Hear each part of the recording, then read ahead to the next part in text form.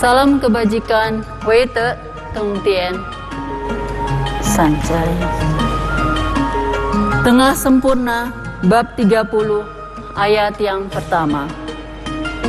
Hanya seorang nabi yang sempurna di dunia ini dapat terang pendengarannya, jelas penglihatan, cerdas pikiran, dan bijaksana, maka cukuplah. Ia menjadi pemimpin keluasan hatinya, kemurahannya, keramah tamahannya, dan kelemah lembutannya cukup untuk meliputi segala sesuatu.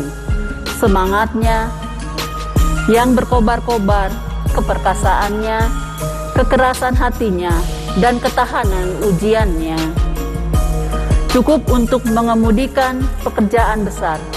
Kejujurannya, kemuliaannya, ketengahannya, dan kelurusannya cukup untuk menunjukkan kesungguhannya.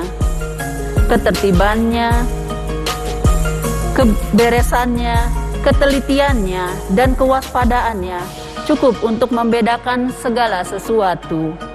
Ayat yang kedua, kebajikannya tersebar luas, dalam tenang dan mengalir tiada henti-hentinya, ibarat air keluar dari sumbernya. Pemirsa TVRI, masih bersama kami di acara Mimbar Agama Konghucu dengan tema peribadahan hari lahir Nabi Konghucu.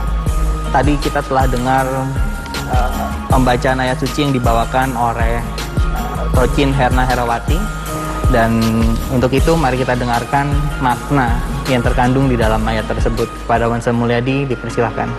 Baik, saya ingin mengambil satu makna dari ayat suci yang tadi dibacakan, yaitu dalam kitab Chung Yung bab 30, Nabi bagi semua. Jadi makna daripada ayat ini adalah menunjukkan bagaimana kebesaran dan kemuliaan dari Nabi Konghucu yang kita muliakan ini. Di sana dinyatakan pada pasal 1, hanya seorang nabi yang sempurna di dunia ini dapat terang pendengaran, jelas penglihatan, cerdas pikiran, dan bijaksana. Maka cukuplah ia menjadi pemimpin. Pemimpin di sini adalah dimaksudkan sebagai pemimpin bagi umat manusia, karena ajaran beliau sangat dibutuhkan untuk mendamaikan atau mengharmoniskan kehidupan umat manusia di dunia ini. Maka gema namanya tersebar bukan hanya di negara Tiongkok atau negeri tengah, tapi menyebar ke seluruh dunia. Demikianlah kemahabesarannya dan kemahamuliaan dari Nabi Konghucu.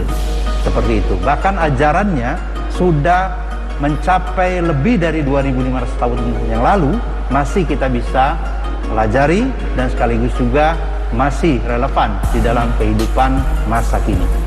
Itu yang bisa saya jelaskan. Terima kasih Wansa Mulyadi.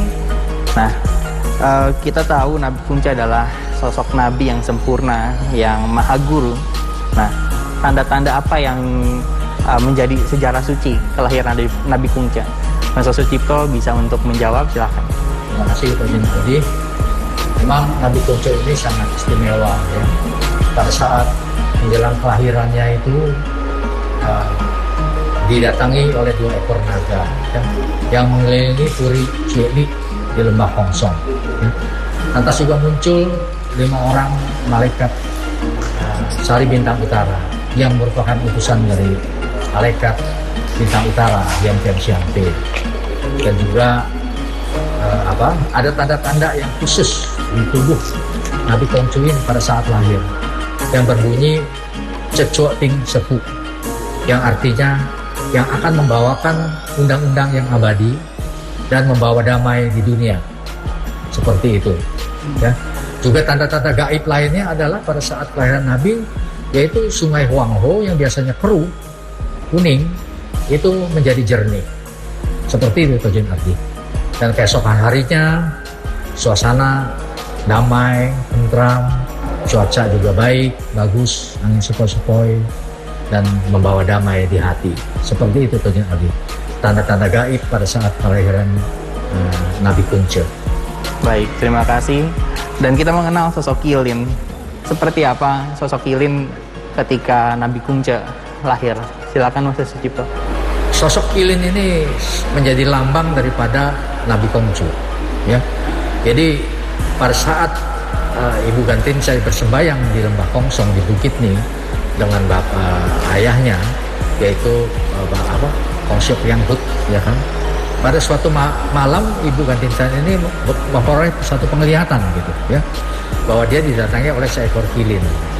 Dan Ibu Gantincai yang menjadi ibu daripada Nabi kita itu mengikatkan pita merah ke tanduk kilin.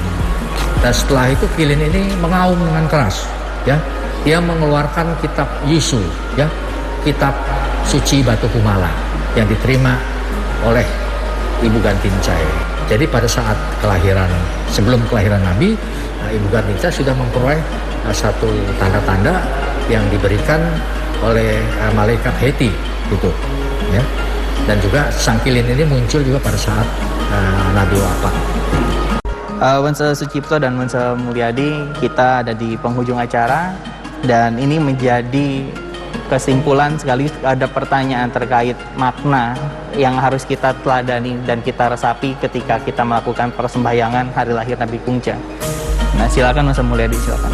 Baik, para pemirsa TVRI yang kami hormati, untuk kesimpulan ini dalam rangka memperingati hari lahir Nabi Kungce, tentu saja kita sebagai umat Konghucu khususnya, selain kita memperingati, tetapi yang lebih penting lagi adalah bagaimana kita harus dapat mempraktekkan teladan yang telah diajarkan oleh Nabi Kungce.